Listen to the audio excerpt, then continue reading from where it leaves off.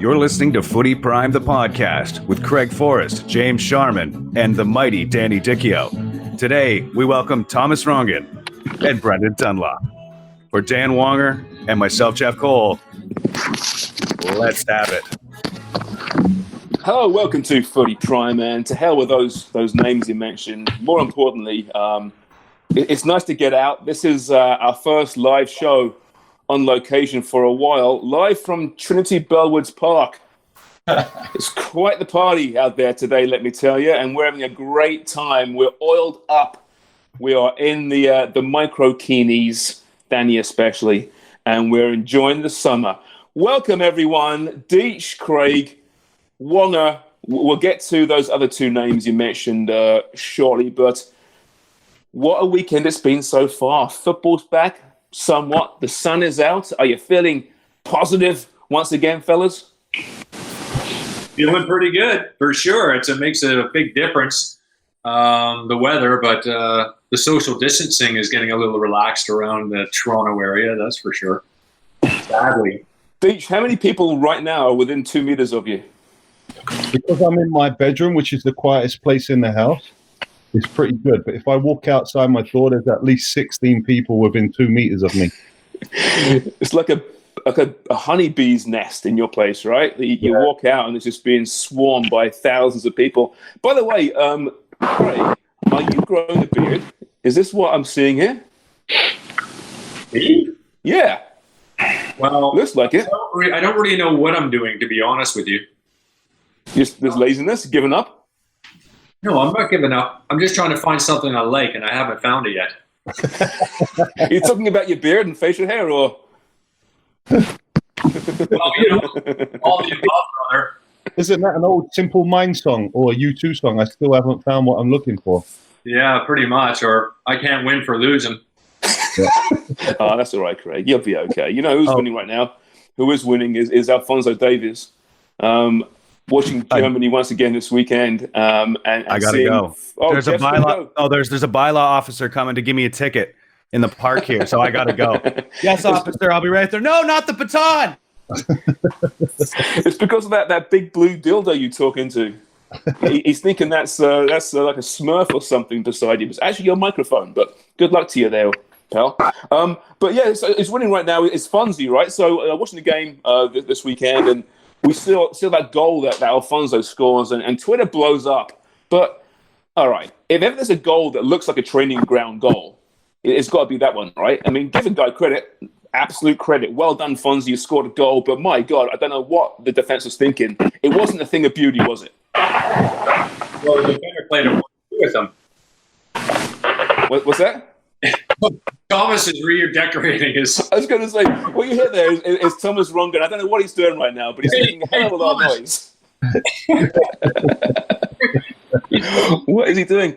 You look like I need a beer. Crack a beer there, TR. I'll get to you shortly. Look at it.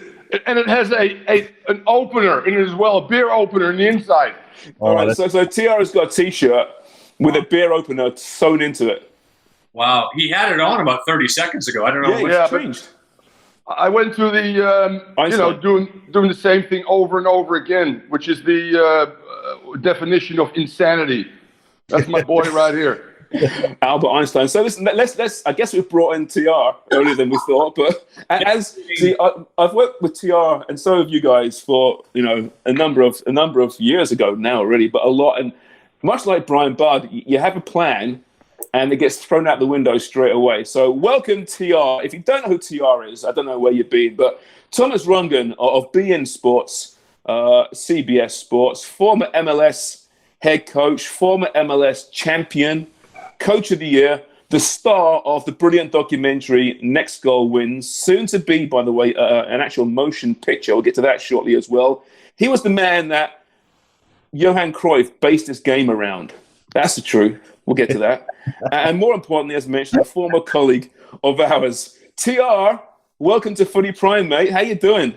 I love it. Thank you. It's great to hear Canadian accents, fake Canadian accents like Deech. Dunlop does better Ukrainian, Polish accents than he actually speaks English. So I'm flattered. Thanks for being on, guys.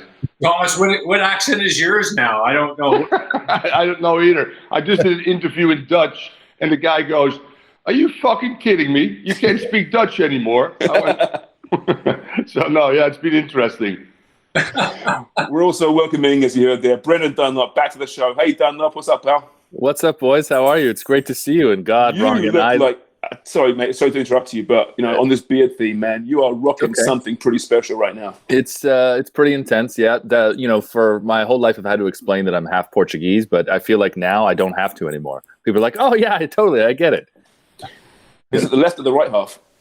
Well, it's definitely the lower half of the face right now. It's just like I shaved on Thursday, guys. This has not been a whole quarantine thing. It's not quite as groomed as Danny's beard, but it's pretty damn good, man. I'm impressed. You grow a fine beard. All right, so yeah, back to you, mate. Listen, let's get the COVID question out of the way. We have to address it at some point, right? With every guest we have here, it's kind of getting a bit boring. But how are you enjoying COVID-19? This sounds crazy, maybe. That's why I'm wearing this T-shirt. I'm actually doing well. I got divorced again, so that I don't have to worry about spousal abuse. I'm okay. Congratulations. I'm good, thank you. Appreciate that. I'm a single man at 63, dating yoga instructors. So life is good. I know that Deitch is really jealous of me right now. He's got 12 people in the next room. I got nobody around me. I must say I break the beach policy at 7:00 at night. Last week I figured out that the guards leave and the police leave. So I walk on the beach every night for about an hour. I'm eating better. Yes, we're doing a lot of shows from home like we do here with BN and CBS. We're in a sad, let's face it, guys, all of us, our generation, and I'm probably the oldest of all of you, we've never been in this situation. It's as some people said, it's worse than the Second World War. I remember stories of my parents and my grandparents talking about that devastation. This is a new norm for us, all of us, and it's sad. We're looking at almost 100,000 in the U.S. Deaths, Memorial Day weekend, which is also weird if you really think about it. But on the other hand, I'm grateful I'm able to see some old friends right now and talk still about the game that we love. And that's, I think, the most important thing. Hey, Thomas, when you went to the United States, North American Soccer League, you played in there. We go back a long way with the national team. Was that your connection with Bob Leonarduzzi? Because when we were in 90, you would take us around. You took us to a Dolphin game.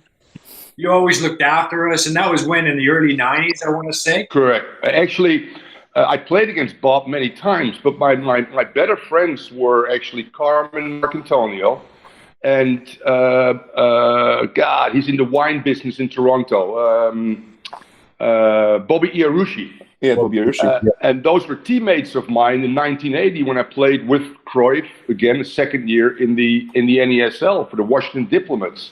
And I've always, when I worked with Danny at the academy for 2 years, I met Carmen and Bob on several occasions. And yes, I was always very happy to see Canadian faces because they happen to be some of my better teammates and also some great players and assistant coaches like Frank Yallop in MLS with DC United, who went on obviously to work with the Canadian national team. And people like you, Greg, I did follow, the Canadian national team going back to Mexico because of my teammate Branko Segota at 19 years old made that roster. So I've always followed the North American football scene quite closely, and I've got some very good friends, including you, that are Canadians, and I love Toronto. And you brought Frankie Yallop over to Major League Soccer with the Mutiny, our good buddy. He's one of my best friends. He's a fantastic individual. And then you gave him his opportunity in coaching, which he took and ran with it, didn't he? You took it. Was he at Washington with you? And then Frank got his own job. And he took in the first year in 1996. In the second year, I brought him in as my assistant coach in. Let me see here. That wasn't the champ. I won the title in '99 with DC United. I brought Frank on that year thereafter. Stayed with me for 2 years, and then won 4 titles with San Jose and Landon Donovan. So yeah, Frank Yallop, and still in the game now as a technical director, obviously in Fresno. Some of my best friends and people within the soccer industry are happen to be Canadian, because you guys are close to how I grew up in the Netherlands. You know, we got the similar kind of thinking and the same kind of liberal and freedom and expressing ourselves. And you guys are big advocates of playing attacking football. Danny was the first one. You know, we talked about playing out of a 4-3-3, you know, identifying players. Danny found, what's the kid that's now a big time player for FC's first team, Danny? Oriole. Yeah, Rosario, that we played against when we had our academy team playing in a semi-pro league. And we always looked at players that were proactive and are technically sound. So I'm pleased to say that we have similar philosophies in terms of our upbringing and the way we think about the world, and also the way we want to play the game of football. Hey, TR, I think what most impressed me, or what baffles me more, is that you still call Craig Greg, or that you remembered the year which you bought Frank Yallop in at Washington. I mean, that's amazing to me. But I think what I'm starting to realize now, and it's tough as you become a coach or a person that's been involved in football in North America for, like, I've been involved in it for 13 years now. You've been involved in it plenty more years than me. Craig played in England, but he's been involved in it for a long time. Is that how quickly the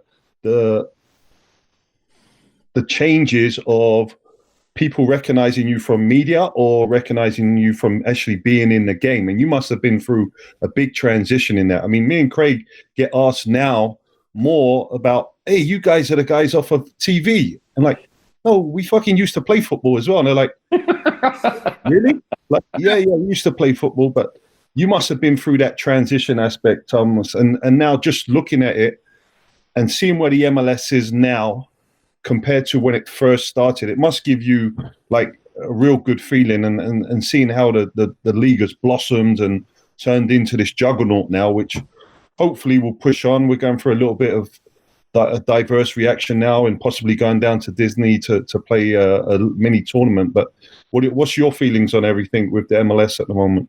Well, first and foremost, you're absolutely right. Trying to reinvent yourself, which we all done, you know, going from playing on a very high level that you guys did. I played on a decent level, but not as Craig and you, Danny. And then you're still involved in the game, obviously with Toronto, but most of the other guys reinvented themselves in order to get into the business we're in right now, being analysts, being a pundit, being a talking head, whatever you want to do. And I worked hard at my craft, as I did as a coach, as I did as a player. And you're right. I get recognized now. Nobody knew I ever played anyway, but I get recognized. Hey, you're the bow tie guy. You know, I'm going, fuck yeah, that's me. And you're right. It's been very interesting to see my transformation, and also of MLS. I was there in the first year then, in 1996. I remember January, a whole month. We looked at 1,000 players in a combine in Los Angeles.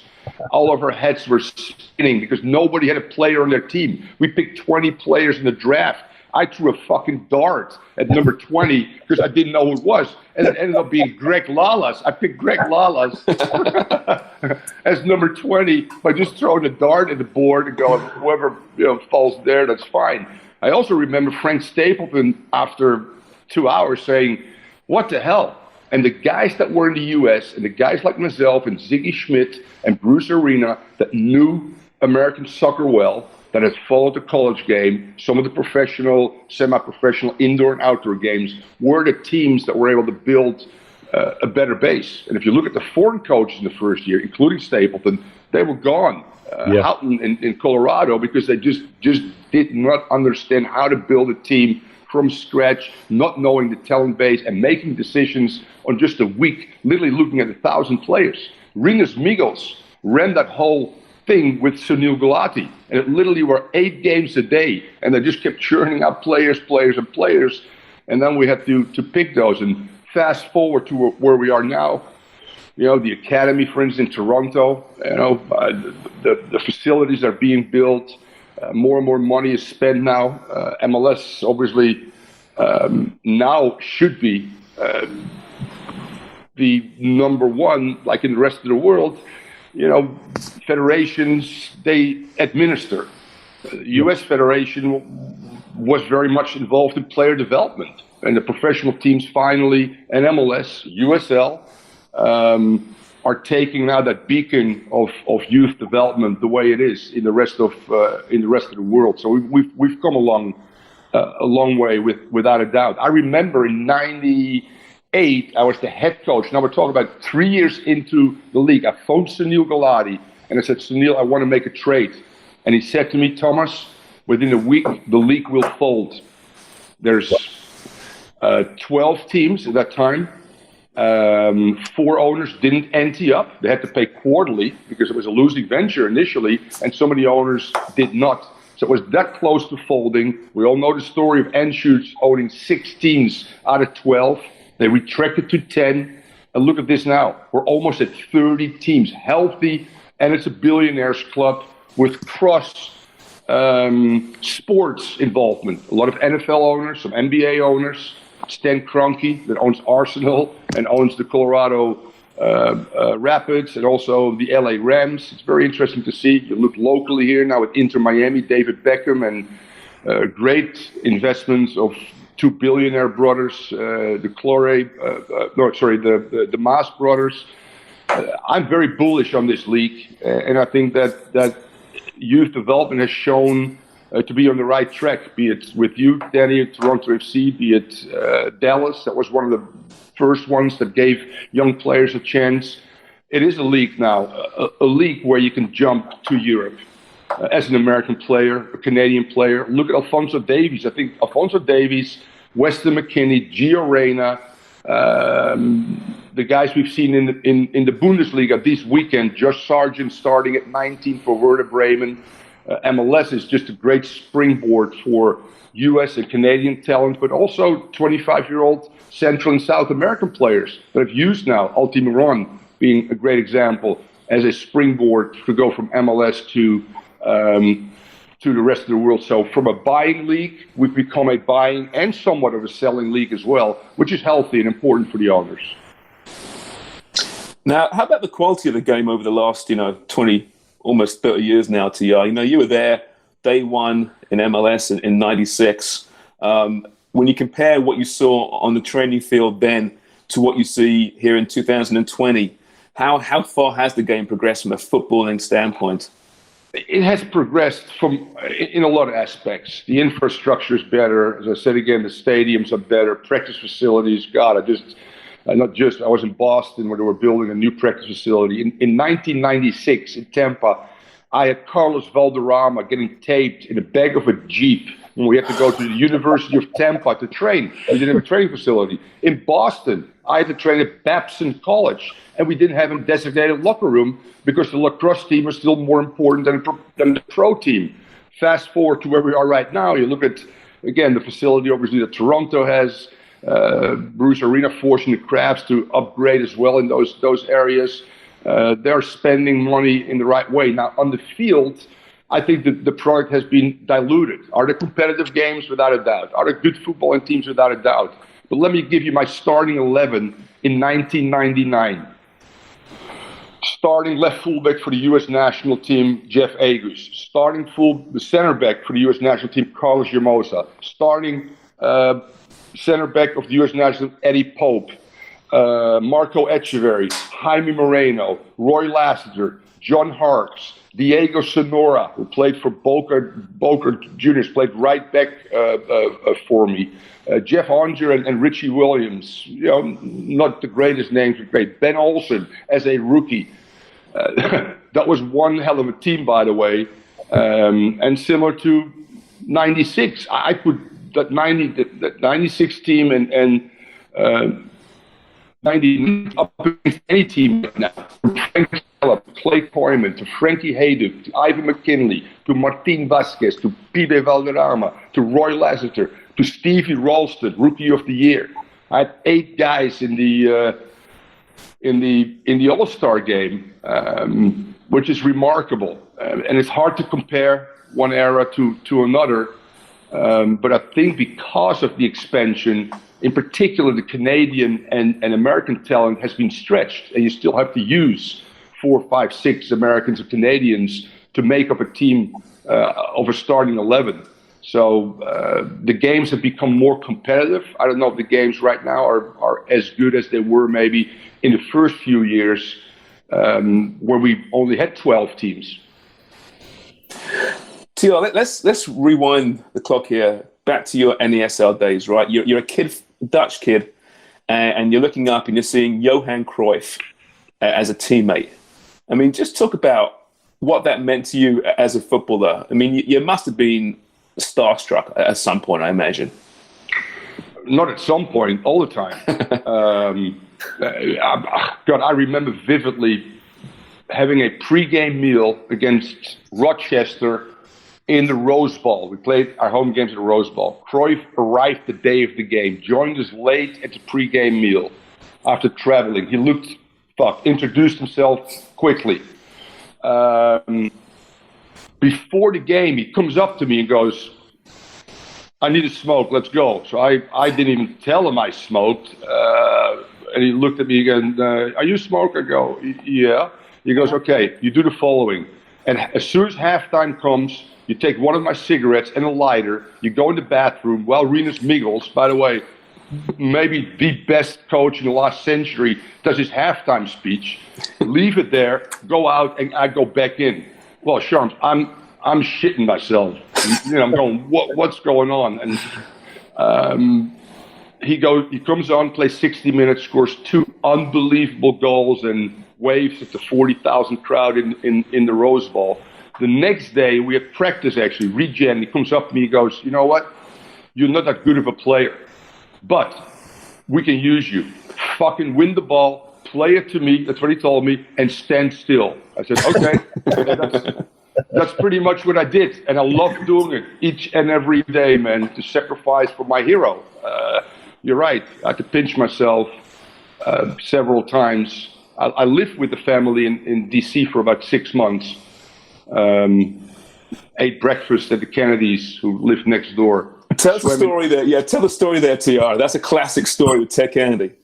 Yeah, this is also the Cruyffs. I mean, I arrived after I got traded. This is also interesting. My parents are on the way to LA.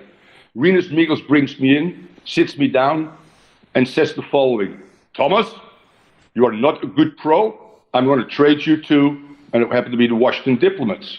I'm on a plane 3 hours later. My parents are going to LA trying to meet me for the first time, their 21-year-old son.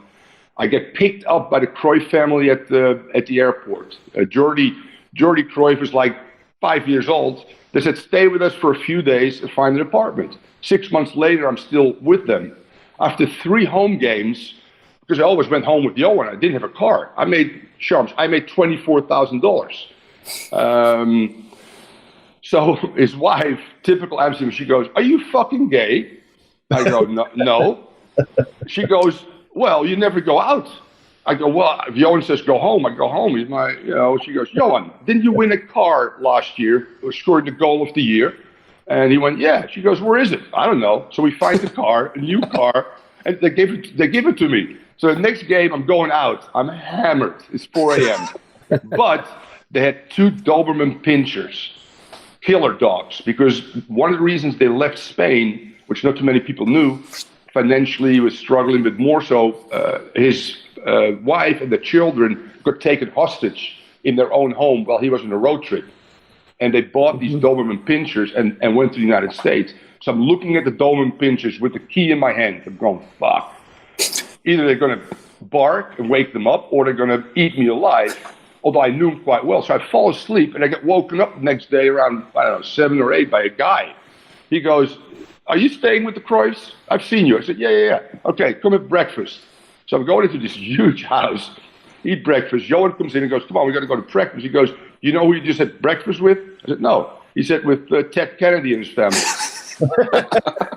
Ted Kennedy subsequently, a few days later, knocks on the door and goes, I know you're a lot younger, but you can come out with me every Thursday night. So Black Limo would fucking come up the driveway, pick me up. We would knock on little doors, you know, like you see in movies, to open them. Oh, Ted Kennedy. And I'm right behind Ted Kennedy, going into a life I've never seen before, by the way. And that went on for about 12 or 14 weeks, which is pretty crazy. Might have been around the same time as his secretary got killed, you know, with a car driving off whatever.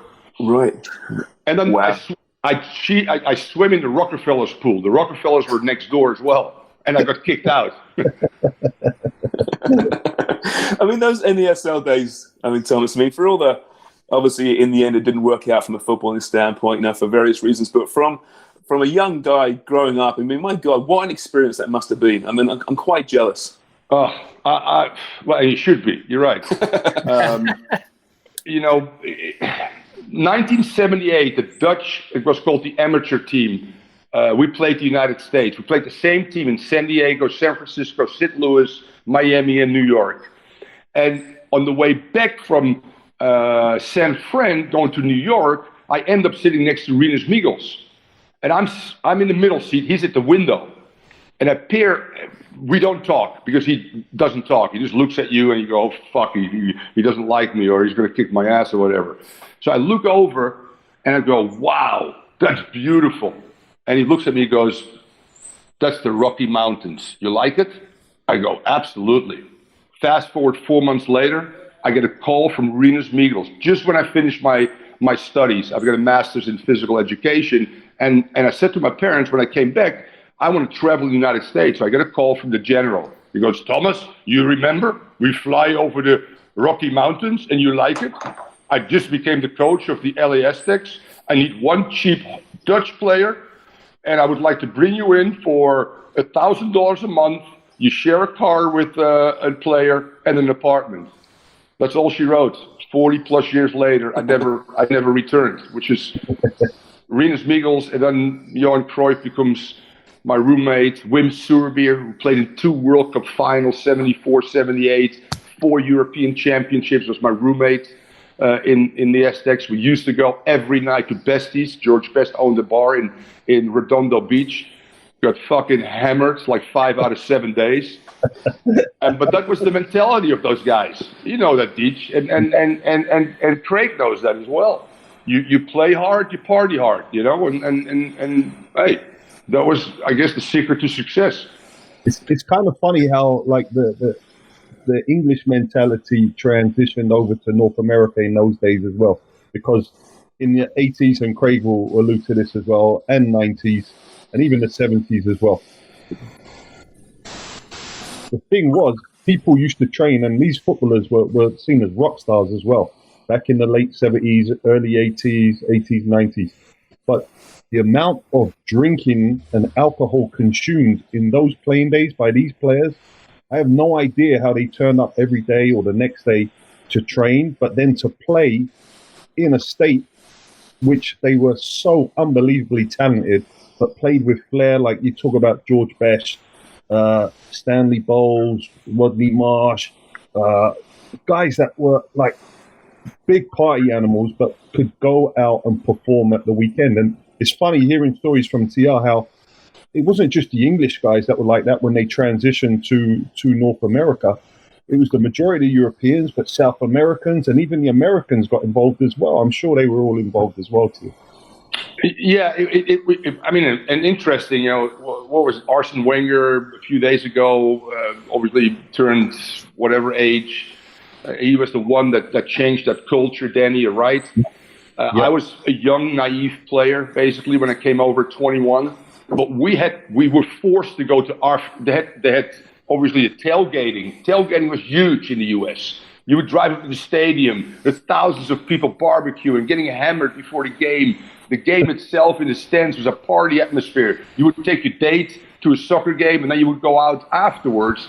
And you had players in the field in shorts, not predominantly, but 50% was female audience. dude, I got laid unbelievable. It was great. But to make a long story short, you had to go to after game parties both at home and on the road to interact with the fans. And you would literally walk out of the locker room and the assistant coach will give you 10 drink tickets. I go, fuck, this is great. You know. And I remember Seattle. We used to go to Seattle. Seattle had the best after game parties because Seattle was a predominantly English team. I mean, hey, Alan Hudson, by the way, but not many people talk about. What a player, Deech, and Craig, you know that as well. Technically sound. You had former national team players. Gordon Banks was here. Trevor Francis, in his heyday, was here. Vancouver, predominantly English as well. Great city to go out as well. And some of the big stars now and then loved playing in North America. Nobody, but a lot of people didn't recognize them. They loved the travel. They loved this enormous North America. And Greg and Danny, you know, you both have played here and abroad. The appeal for some of the big time players then and now was still socially, family wise, and a league that's getting better, no doubt. I remember back in the North American Soccer League days, you know, the Whitecaps and how strong that Vancouver team was. You know, you think about Peter Beardsley was there, Grobler was there, Trevor Weimark was there. And I remember actually Trevor Weimark was at Ipswich, and he told me this story that he had no intention of going to Vancouver, but he met at the Heathrow Airport, had a meeting with the Whitecaps, and they offered him twice what he was making at Ipswich. And he was like, oh, okay, I'll be on the plane. They said the next half of this check is going to be when you arrive in Vancouver. So the money was pretty good, you know. David Harvey, you know, all these great guys. Lorimer was there, Hector, you know, just an amazing group of players. And they just loved the North American Soccer League. It was just too bad that it was so mismanaged at that time. Right. But it's interesting, you say that, Jake, this is a great point too, is that now the fans are driving the names of clubs as well. I think early on, MLS really tried to stay away from the NESL as a failure. Don't mention it too much. Till I think Portland or Seattle said, you know what? The fans want the Sounders, the Timbers.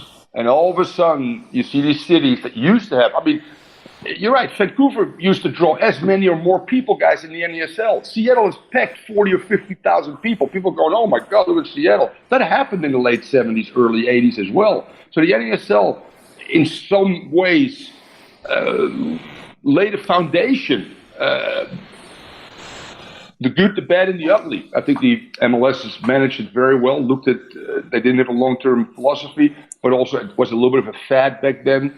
But I'm really happy to see that some of these cities still have embraced their past and continue to do that, where I didn't see that earlier, you know, with the names that were given to teams like the Tampa Bay Mutiny, which I thought was maybe a Viking ship or whatever, and ended up being a mutant bet. You know, I'm going, mutant bet? What are these guys at Nike smoking, dude? Kansas City Wizards. Yeah, exactly. Some terrible names back then, weren't there? So, TR, tell me then, so this Dutch kid who's partying every Thursday with Ted Kennedy finds himself in America Samoa coaching the worst football team in the world. At what point did you realize, what the hell have I done here? I never went in that sphere. I went, it was life-changing for me, both on and off the field. You know, it was great, obviously, a unique opportunity and a challenge. Not too many people can say they were head coach of a team that was in a qualifying process for the World Cup. You know, I'd never done that. I've been an assistant coach to Steve Sampson in '98. I coached 4 under-20 World Cup teams, the better one in 2007 with Josie Altidore, Freddie Adu, and Michael Bradley. 2 guys, obviously, that you guys are very familiar with.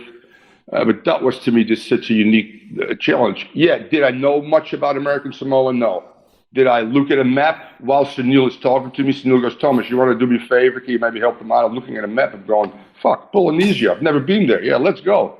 And then I read that the worst team in the world, ranked last in FIBA, haven't won in 2 decades, lost 31-0 to Australia.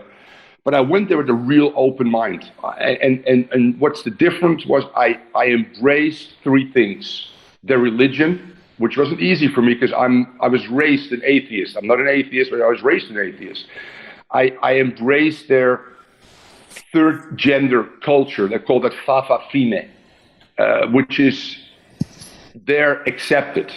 And that means, as I said again, third gender. I had somebody, the first female to play in a World Cup qualifying game against Tonga, which was world news. And I kept an open mind because I knew the Palangi, they called it, the white men that were there before me, that 2 New Zealand coaches, an Australian coach and a German coach, did not embrace that at all. And I remember my first day there, and all the players come walking in. I got 2 sheets up there. One is in a 4-2-1-3 or whatever you want to call it, and the other one was out of straight 4-4-2. And I asked the players to come up and fill in their best positions within those 2 systems. So all of a sudden, out of the back comes this hot-looking chick, and she's putting center back down. So I go to my wife, or my ex-wife, I go, she must be the massage therapist, you know? I mean, just kidding a little bit. So I get all the passports right thereafter before we train, and her name is Johnny Salua. And everybody calls her Jaya. I understand also now that she's a player. So I go up to her in front of the group, and I ask her, I said, I see a passport, it's Johnny. And everybody calls you Jaya. You want me to call you Jaya? She said, Coach, you're the first Palangi, so the first white man that was willing to call me that. So I accepted her, which meant the whole group accepted me. And then it became a lot easier for me to be there in a paradise setting. And yeah, that's all she wrote. But for me personally also was very a spiritual experience. First time in a church, first time that I sang, first time I cried about the loss of my daughter. So for me, it was a personal ride that was special as well outside of the athletic part, which was probably my most satisfying one, even more so than winning the MLS Cup with DC United. You have to go through quite a bit, Thomas, to get some of the players even to train, didn't you, from their leaders of their communities and things? Interesting you say that. There's 22 tribes on that island, and the island isn't very big, and every tribe has its own rituals. Very early on, I went to an American high school football game. Rugby and football is still bigger on the island. Actually, American Samoa gets more players per capita into the NFL than any other player. I see this running back, this 17-year-old running back, which is unbelievable. So I go to the president and go, I want this guy on my team. He goes, he's never played soccer. I said, I don't care. I want him on my team. He said, well, you got to talk to the tribe leaders because he's not 21. So I'm going down, literally down these roads. I got a car from the federation, and there was only 12 cars on the island, with a big flatbed, which I would take players to the tuna boats at 6 a.m. in the morning so they could work. Then they would come back, I would kick their ass, and then we'd go back on the tuna boat again and kick their ass again. And just like you, they would smile. So I'm going down to ask these leaders. So I get in this hut with 4 adults dressed in their normal, tribal outfits. And I have to drink this concoction and going, whoa, if I survive this, it'll be fine. And I had to ask them if I could get this kid. Now, this kid ends up scoring the winning goal against Tonga, never played soccer before, ends up going to the United States to a 2-year school, then a 4-year school, and is now just got traded from the Raiders to the San Francisco 49ers. What a story. Here's a kid, never played soccer, scored the winning goal against Tonga, the first time in 2 decades, and now he's playing in the NFL. It's pretty cool. Fantastic. They should make a movie about this, TR. They should, you're right. Yeah. For those who haven't seen the documentary, Next Goal Wins, honestly, obviously we're biased because we worked with Thomas and we know him and we've heard a lot of these stories, but it is such a great film that really it totally transcends football. So it's one of those movies that if you're big into soccer and you've got some friends who aren't really into it, or you've got a girlfriend or a boyfriend who doesn't doesn't care for the game very much. Sit down and watch this movie with them, and you'll pull them in because it's beyond football, right? It goes beyond football, like you said there, BN. I mean, I think it's on Amazon right now, actually, as well. But beyond the documentary, there is a motion picture coming out as well, and someone, a handsome man, being cast, I think, perfectly, just perfectly. Michael Fassbender is playing Thomas Rongan. It's a natural fit, isn't it, TR, really? Listen, the guy's not incognito. What is it again? X-Men. Anybody that plays in Inglourious Bastards can play me, dude. Yeah, no kidding. Except Brad Pitt. Brad Pitt will not play you. He was in 300 as well. So you got Inglourious Bastards, 300, and Incognito for X-Men. That's me. So he had to really hit the gym to play you, I guess, right? You know, get a trainer and put on a few pounds of muscle to really and get used to smoking a pack a day. Yeah. But I mean, how crazy, TR, is that? I mean, your life, I mean, like we said before, I mean, my God, the stories are legendary. But I mean, to have a movie with you as the central figure, with a Hollywood A-lister playing you, can you put that into terms? I mean, as far as how your life's evolved. No, I can't. I really can't. I do more interviews right now, which, by the way, I'm told I can't do because of something I signed, unfortunately. But Taika Waititi just won a Emmy. He's the producer. This guy, Oscar, just came up an Oscar. Sorry.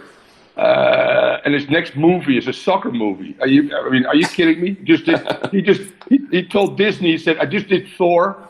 Grossed almost $1 billion, by the way. I want to do this soccer movie, which he wanted to do for the longest time because he was at the Tribeca Film Festival and he saw that movie.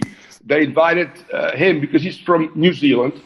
He's indigenous. He knows the Polynesian culture very well. We had The Rock there, and we had Tim Cahill at the opening in New York. And I remember this guy walking up to me saying, I want to make a movie out of this. I really... Fast forward many years later when he calls me and tells me, in fact, he wants to make a movie. Fast forward again, and he plays Hitler in Jojo Rabbit. And this is the guy that is producing this movie, this brilliant mind that understands the Polynesian culture. And it will be very interesting to see how he is going to manipulate this movie because he's got some dark humor in most of his movies. He's got, and he calls it now a comedy drama or there's a word for that. I don't know. I can't wait. I'm excited. Elizabeth Moss is playing a role as well. She won a few Emmys. They got a Fa'afafina, one of the biggest Fa'afafina actresses, to play Jaya, for instance. And they got some guys out of that region that are very popular. So I think this movie actually will not only transcend in the real soccer world, will do well in Asia, in Polynesia, where they can relate to this movie probably. And first, having been there firsthand, it was just joyous. It was life affirming. It's funny actually. It's heroic, and I hope that all these things will come back and be played by brilliant actors and actresses, and produced by a guy that. You can't find a hotter guy right now that's making movies. I think he's doing the next Batman or the next whatever. TR, right. More importantly, TR, we could possibly see you on the Emmys stage or the Oscars stage doing a slide tackle impression. That's what would that be? That'd be great. Hey man, when we make this film wholly worthwhile. When we see Michael Fassbender accepting the Oscar, thanking God and his family and Thomas Rongan, that'll kind of make my life, my career as well. That'd be something pretty special. Panning to you in the audience, hammered, sitting beside, I know, some A-list actress, stroke yoga instructor. That'll be going to be brilliant. That's what I'm curious to see is like at that level, TR, which yoga instructor you get to bring. Is it like the most famous one with 2 million followers on Instagram? Is that going to be the side? I've learned my lesson after 2 times. Believe me, they're not staying overnight. There's no waking up with anybody in the morning. Hey, TR, listen, mate, we're out of time. Thank you so much for this. This has been so much fun. You are definitely welcome back anytime. We could do just an entire show just in your NESL stories. But yeah, this has been great. So great to see you again, mate. And one final question for you. If you had the choice to share a TV studio with Brendan Dunlop, James Sharman, Danny Dichio, Craig Forrest, or Kaylin Kyle, who would it be? It would be Kaylin Kyle. Yeah, I thought you might say that. Good. Sorry, guys. She's actually she's funny. She's good. Yeah, she's great. I kind of like her. It really is. Yeah. No, she's brilliant. Thanks, mate. Take care. Thanks for having me on, guys. Great to reconnect again. Let's do this again. Absolutely, for sure. Great seeing you, Tia. Cheers, buddy. Listen, boys. Let's Tia can stick around if you want, so he can go. It's up to him. But I'm running out of battery space here. Not to mention time. But listen, we mentioned how Michael Fassbender is playing TR in the movies, right? So I thought it might be fun to kind of cast actors to play ourselves in any future movie. Now, I did ask Danny and Craig this morning. I doubt they've done any research, any homework at all. I think Wonga probably has. Jeff had, but Jeff's left us. So, okay, let's go through the round table. Okay, Dichio. Who's playing Danny Dichio in the, the Preston North End story? Very easy. Danny DeVito. It's a natural. It's a natural, right? Really? Natural. Danny DeVito. Wins. Anyone else disagree with that, or are we agreeing? Anyone else you want to throw out there? I was thinking Yul You were Brynner. going Jason Statham for sure. Yul Brynner or Bruce Willis would work pretty well. Yul Brynner. Yeah. I think he's dead now, but had he been alive, right? I just think they're bald actors, right? They aren't. But Bruce Willis would play him pretty well. Yeah. All right. What about Craig? Who's playing you, Craig? I don't know. See, again, thank you for doing the homework. Fassbender, I hope. Could have been Michael Fassbender. That would have been my guess. Like Dolph Lundgren. I got Charles Dance for Craig. Charles Dance? Yeah. Charles Dance. Matthew McGrory, I found as well. Have you seen him? Do you know who that is? Google Matthew McGrory. I just Googled tall actors. How about He's hideous. Shams? How about John Cleese? John Cleese could be a good Craig. Yeah, you're right. Who is that guy? Who is that guy who's in FX? Remember? Oh, we lost Dan. Dan's gone. Gone. Don't know, Dan. Don't know. All right. So, yeah, I was thinking Dolph Lundgren or Matthew McGrory. Dunlop, it's funny, Deech, I actually had DeVito for Dunlop. Anyone think who could play Dunlop in the movie? Trying to think for Dunlop. Matthew McConaughey. Maybe. Can you grow a thick beard as well? Yeah, I don't know about that. I don't know too many like A-list Portuguese actors that you could get. Half British, half Portuguese. Yeah, I would definitely want an actor that embodies the way I think of myself, which would be completely the opposite. So someone like Antonio Banderas, that would be who I would picture. Yeah, I can see that. For Wonga, I had Lou Diamond Phillips. Not bad. Not bad. That is not bad. Or that guy from The Hangover. One or two. I see Wonga played as more of the guy who 850. I see Wonga played like that. Yeah. Jeff, I had Kiefer Sutherland because we've got the great pipes. Yeah. Good one. And then for me, I had, it's kind of obvious, but Denzel. Denzel Washington? Yeah.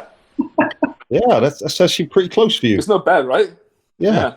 I think it works. Deech, do you know another Denzel? Usually when someone says that, it's just a one name, you get it. That you don't have to explain it's Denzel Washington. Do you know others? Oh, yeah, there's a couple of Denzels I know. There's a good boxer in England, Denzel, as well. There you go. He's known as Denzel as well. No one is famous as Denzel Washington, so I get that. Yeah. Well, this was going to be a lot funnier when I wrote it down originally. Didn't turn out that great. Disgusting ourselves. You have no imagination whatsoever. Hey, there's Wonga. Hey, Wonga. Wonga's, you know what's concerning? Wonga's recording this. He's got the worst internet connection out of all of us. It's a real problem. It must be that new Ignite. Yeah, it must be that. Yeah, exactly. Before we leave, listen, guys. Did you see? Same with German football. The Mönchengladbach Leverkusen game had fake cutout fans, and for charity, for like about $30, you could get your own picture of your face on the cardboard cutout and stuck in the stands. And like 13,000 fans did this. What a great idea.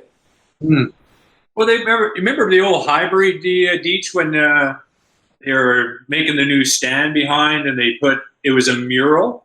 Yeah, the clock end. The clock end. Was it the clock end or the other? Anyway, I remember playing in front of that, and it was just a mural of faces on a big, huge wall. Yeah. The Highbury, just terrible. Yeah, not quite as intimidating as the big yellow wall at Dortmund, for example. No, it's still lost, though. I thought it was pretty cool, though.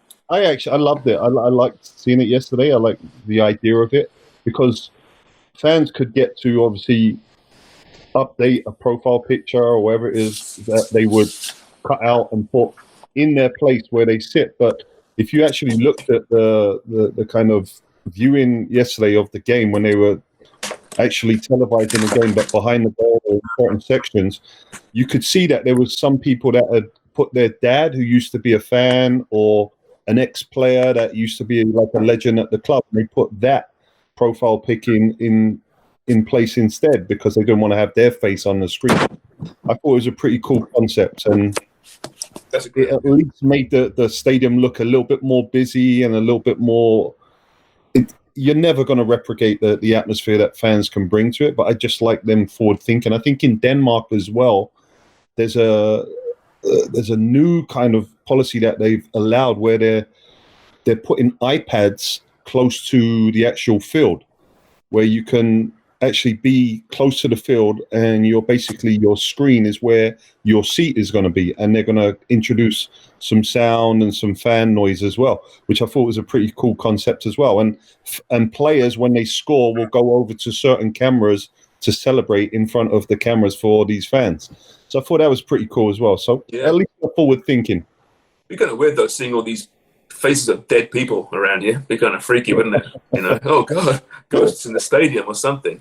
You see, I think it wasn't in Germany. One of the broadcasters was giving you the option of feeding in artificial fan noise, and there'd be actually kind of an audio director deciding what fan noise should be at certain points of the game, which comes with a massive pressure, you think, right? But I don't know if I had the choice, I'd use that. You know, it is what it is. You know, it's not ideal. It hasn't got the atmosphere of a regular game, but to have like artificial noise, it's like canned laughter, right? In comedy shows, it doesn't work for me. I hate it. Well, I think they're giving it the audience an option, aren't they? If you want to listen to it. Yeah, it's your option, yeah. So that's not a bad idea. I mean, if you want to listen to it with that, but you might as well have it as natural as you possibly can, I would say. Yeah, exactly. I think it's just the game. Mönchengladbach got it right. I agree with Danny that it added a lot more. You're never going to fully replicate it, but it did visually look better than an empty Allianz Arena that we saw in the game later. I like the concept. I like that it's a charity. It's a great way to raise money, right? It's brilliant. But as far as adding to the spectacle, I don't know if it does. I mean, I know they're not real people. But in a different way. I think it means a lot to those Mönchengladbach fans, especially if they were able to have a moment and feel better because they put their father's picture on there. I think that brought a lot to it. It Mönchengladbach, the whole German game is about the fan and the atmosphere, a little more so than in some other places. So I think that you're never going to replicate it fully, but in order to give people joy for a second and get it right by doing it that way, as opposed to the South Korean club, as you may have seen, FC Seoul, who wanted to put mannequins in the stands instead. Someone mass ordered sex dolls. I was hoping you'd bring that story up with TR because I wanted to hear his reaction to it. I didn't know where that would go with TR because he's probably got his own story. Yeah. Well, he would have told you that he should have been the purchaser because he would have got the right ones or something. I got tons at home. You can borrow one of mine. They all had shorts on. It wasn't like they were naked dolls. Oh, that makes it better. That makes it better, Craig. Yeah, it's much better. Hey, does your sex doll have clothes on, Craig?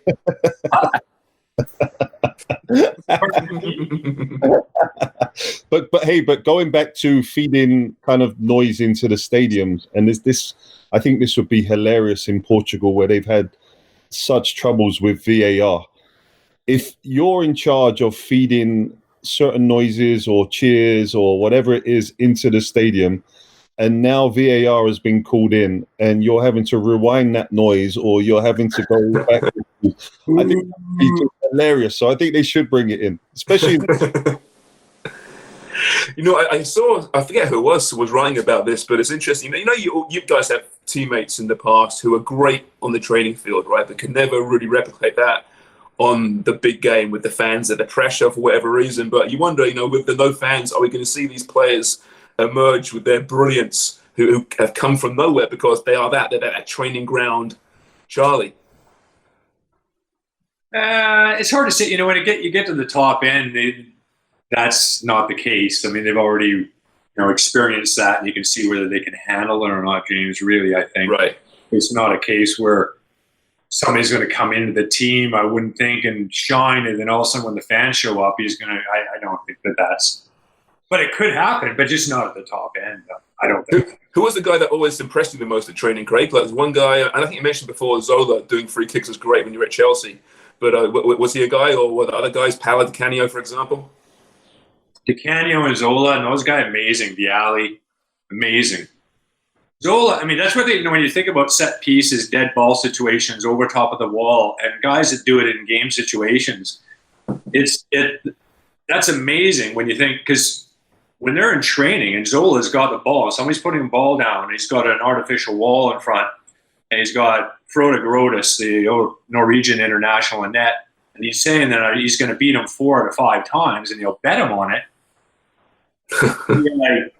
I think I'll take Frode on that 4 to 5 times, but he puts that ball down, and he takes that one step, and once he gets his eyeing in, he can put that thing anywhere. Now, in the game situation, you got a one-off and different conditions and all that, but if they get used to the conditions, he was amazing, absolutely amazing, some of those things, what they did. And Di Canio, right out of the gates, I mean, remember, it was more, clubs weren't touching him because of his attitude, right?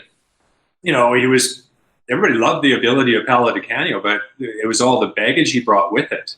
But the first day of training, Harry standing on one side of the field, Frank Lampard Sr.'s on the other, and he does something like the goal he scored for West Ham back in the day against Wimbledon, and Harry's like, Frank, we got ourselves a fucking bargain. It cost $1 million, right? I mean, obviously times are different, but that was a snip at that time. It really was. This may surprise you guys, but in co-ed league, I actually have a 100% goal scoring record in all consolation and exhibition games. Well, that doesn't surprise me, because I know when we used to work together and would do the occasional rehearsal, you just be a star, man. You just do these things with the mic that I had never seen done before. And then we went live, and it's like a gong show and terrible. But I mean, I tell you, you're a great rehearsal host, that's for sure. But going back to that, Sham, so you spoke about players now coming alive in front of no fans. It's not so much just playing in front of fans, it's playing in front of TV cameras that a lot of players started to get a little bit nervous. It was very strange to me, because there was a lot of players, especially younger players. And going back to when I was a younger player, you play without fear. You when you're older, you're starting to build up a lot of other things that matter off of the field, whether it be family, whether it be a mortgage, whether it be a new contract. But when you're a younger player, you're just playing for the love of the game and the sake of just, I want to be in the team next week, so I'm going to do as much as I can and play with as much freedom and trying to impress to get back into the team next week. We'll get the minutes, we'll score goals, like it was. But as you start to get into that middle age bracket and even the older age guys, some of them just froze in front of big fans if they weren't experienced in playing in front of it. But more importantly, in live TV games, there was guys that just went missing that had so much ability and talent that used to baffle them. Yeah, I bet. I can totally believe that. I mean, it's having watched myself on camera playing in an exhibition game before. It's a great equalizer, isn't it? Did you guys see the Raphael Honigstein article? He was speaking with a coach, and I forget if it was the Hoffenheim coach or who it was, but after that first week, he talked about the players all admitting that they were considerably exhausted, and not because they weren't fit, because they were, some of them were fitter than they had been, at least cardio-wise, but because there was less interruptions in the game, which would imply that the referee perhaps is responding to interesting. fans, and the fans have a bigger impact on that. But that all the players across the board, and they'd asked around, it wasn't just that one club. They all felt the same, and that the actual gameplay rate was considerably higher than it is in a normal scenario when you've got a full stadium. And I guess without being, G'd on by the crowd too as well, right? I mean, even when you're knackered in the field, you got 30,000 fans screaming at you. You're going to get moving as well, so I'm sure that's part of it. Even tired legs can feel less tired when you got your whole fans behind you. It's really interesting. Well, the home field advantage in football is the greatest of any sport. I mean, you can talk about, I think Sports Illustrated did an article years about that, even just the waving of things and trying to distract somebody from taking a free throw in basketball. Does that make a difference or not? No, it doesn't. It makes no difference. NFL, before they brought the replay in, fumbles went something like 55% to the home team. Fumble recoveries. Fascinating, isn't it? Yeah. When in the camera replay, it went to 50-50. So the influence of, it does influence humans, and these referees are human. And in football, you imagine going in, like for us, in the national team, going into Honduras, and they're just pelting the referees left, right, and sideways. That has to influence them. And that's interesting as well. What TR said just before we came on live about, I think in Germany there's only been 4 home wins in the 2 weeks so far. Yeah, it's incredible to me. Looking at the scores this weekend, the scores in Germany, right? Home team first, obviously, right? Yeah. This week, so Hertha beat Union Berlin 4-0. Hertha at home. Mönchengladbach home, lost 3-1 to Leverkusen. Freiburg at home, lost 1-0 to Werder Bremen. 1-1 between Paderborn and Hoffenheim. Wolfsburg home, lost 2-0 to Dortmund. Bayern won 5-2 against Eintracht Frankfurt, of course. Augsburg beat Schalke 3-0. Schalke at home. Mainz lost 5-0 to Rasenballsport Leipzig 5-0. Mainz at home. And Köln at home lost to Fortuna Düsseldorf. I love reading out scores again. Holy shit. Vinny Printer Sharman over here. Yeah. Well, there you go. It just shows you that it plays a massive influence. Because when you think about it, why should it really make a difference whether you're home or away? The fans are not coming on the field. They're not influencing the game physically. It should be it should be the same. It should be. But the players are human as well as everybody else, and that support and what the players get from it to lift you, and then it is an incredible thing. It really. So is the season played behind closed doors, a whole season, 38 games, going to give you the true champion, the true best team? I don't think so. I really don't think so. I mean, it will over the period of time that you're playing, the 30 or 40 plus games, because the best team wins the most games. That's it. But when you're countering in teams playing at home or away in front of their own fans, and we're not even talking tactically here as well, guys. When you have fans inside the stadium, it's very difficult to play at home because you have to appease your home fans. You have to play an offensive type of football. Yeah. You can't sit back. Where teams play away from home, they usually sit in a deep block and they look to counter teams. But at home, you're vilified if you play a very defensive Mourinho type of game and look to lock down in your own half and try to counter teams. So there's arguments both sides here. Yeah, it is. It's fascinating. But at least it was back, and June 8th is apparently when La Liga's returning. Yep. As for England, June 12th is still that date that everyone's talking about, but who knows? It seems the Serie A have kind of taken a step back the last week, so we're not sure what's happening there. MLS, they're meeting, they're discussing. But Deech, you mentioned earlier, before we leave, some more details about that, a tournament you might be involved in Dallas, is it? Well, no, there's talk in MLS that they're possibly looking to go to Orlando with all the teams. I still think it's in early days, the discussions. It's good that they're trying to think about something forward thinking and getting teams playing again. But I think there's all kind of legalities with teams leaving not only their state, but their country as well. So you look at the 3 Canadian teams having to travel down to Florida. Mm-hmm. Are they going to be medically insured, the players down there? Are they going to have to quarantine when they eventually come back for another 2 weeks during the middle of a supposed season? So I think there's a lot more in favor of staying and playing home games behind closed doors than actually going down to a tournament and having to be quarantined in a resort with 29 other teams with staff and having to eat in isolation as well. I think there's a lot of arguments against it still. Yeah, we'll find out in the coming weeks. Fellas, that's a lot of fun. Anything else you want to get to before we say farewell? If I'm coming in clearly now. There you are, finally. Better? There you go. That's better. First of all, I'll meet you guys down at Trinity Bellwoods in an hour. All right, sounds good. Number 2, Charms. I like Lou Diamond Phillips. I appreciate that. Heard that, right? Okay, good. But I thought that it would be another black fella playing you, and it's Bill Cosby, just because it's superb. Why would that be? Well, I see the Quaaludes hidden in your bag.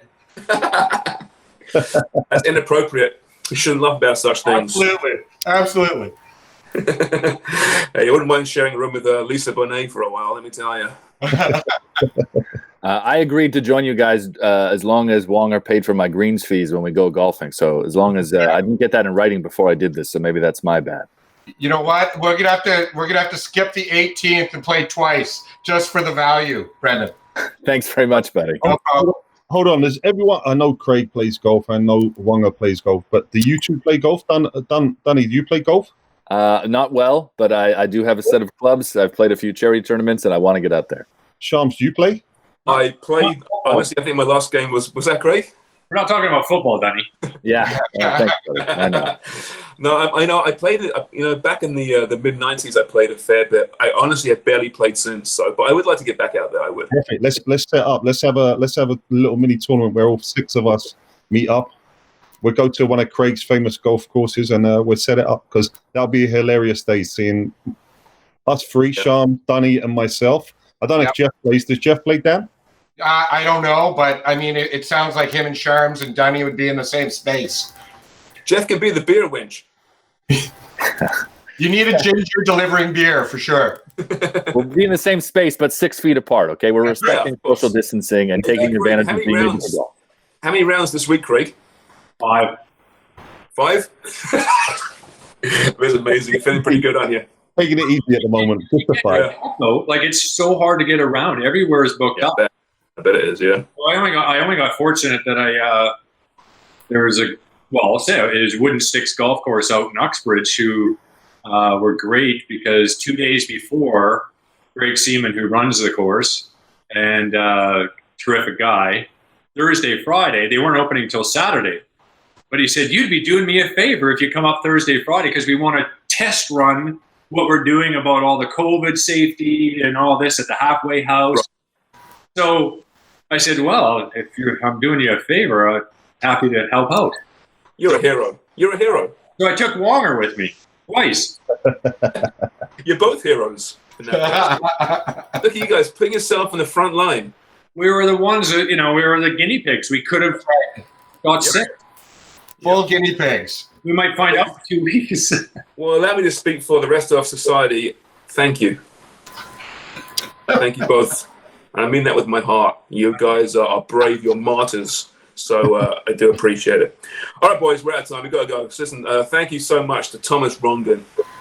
Next Goal Wings, check it out. I cannot wait for that movie to come out and see how Fassbender portrays TR. The movie should be about TR's life in general, because that is a movie waiting to be filmed. He's got the best stories I think I've ever heard. Him and Brian Budd, very similar stories. What a legend. So thanks to TR. Dunlop, thanks, buddy. Yeah, thanks anytime, boys. Happy to join you. Thanks, B. We'll take our dogs for a walk sometime. Deech, Craig, Wonger, the absent Jeff Cole. Thanks, everyone. Thanks to Amsterdam Brewery, of course, and DeanBlundell.com. We'll be back same time, same place next week. Cheers for listening.